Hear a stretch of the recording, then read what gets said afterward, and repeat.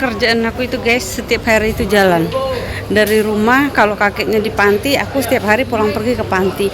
Jadi ketemu sama nenek-nenek yang dari Cina itu, yang nanam sayuran sendiri itu loh guys, yang sayurannya sedikit-sedikit terus dijualin di pinggir jalan gitu.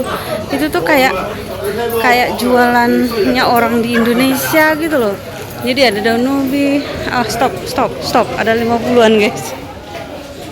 Tapi ini baju nenek-nenek semua, kayak baju ibu-ibu gitu.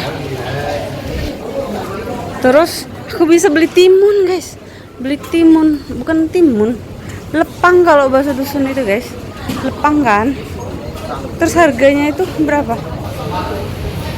16.000 satu ya, tapi nggak apa-apa, yang penting. Terus ada lagi jalan-jalan, kan setiap hari jalan ketemu orang nenek-nenek yang jualan apa, daun ubi. Terus daun ubinya itu satu ikatnya $15. Terus aku beli deh, $15 itu sekitaran 30.000, 2 biji ya kan, 2 ikat.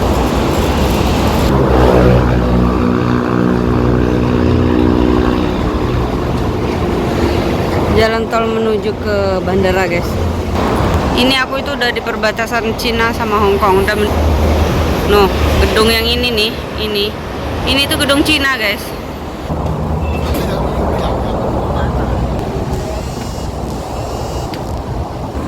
Di Hong Kong itu nggak di kampung, nggak di hutan, di mana pasti ada lift. Karena di sini orang tua itu sering jalan, mereka pakai kursi roda. Jadi orang tua di Hong Kong itu nggak malesan makan tidur, enggak, mereka olahraga nih. Contoh nih, dia kayak gini aja masih sempat jalan, naik tangga pula ya kan. Makanya orang Hong Kong itu umurnya masih ada yang sampai 100 tahun lebih kayak gitu. Dan tempat olahraga, taman wisata di Hong Kong itu nggak ada bayar guys, masuknya gratis.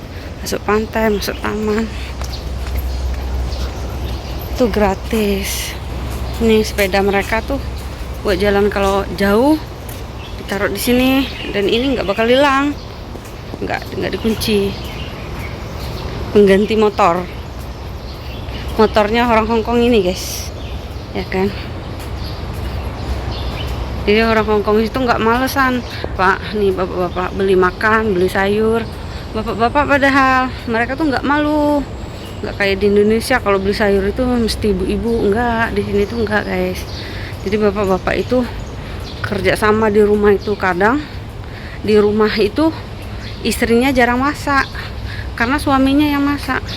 Karena di sini itu suami itu lebih sayang istri daripada ke anak. Kayak gitu, sebenarnya sayang semua, tapi lebih sayang ke istri kebanyakan. Kayak gitu. Kadang istrinya sama sekali nggak boleh masuk ke dapur. Seperti majikanku yang dulu, yang pertama jaga anak kan, tapi istrinya nggak dibolehin masuk ke dapur apalagi masak. Ya masak itu aku sama suaminya kayak gitu. Mereka tuh nggak males, suka jalan.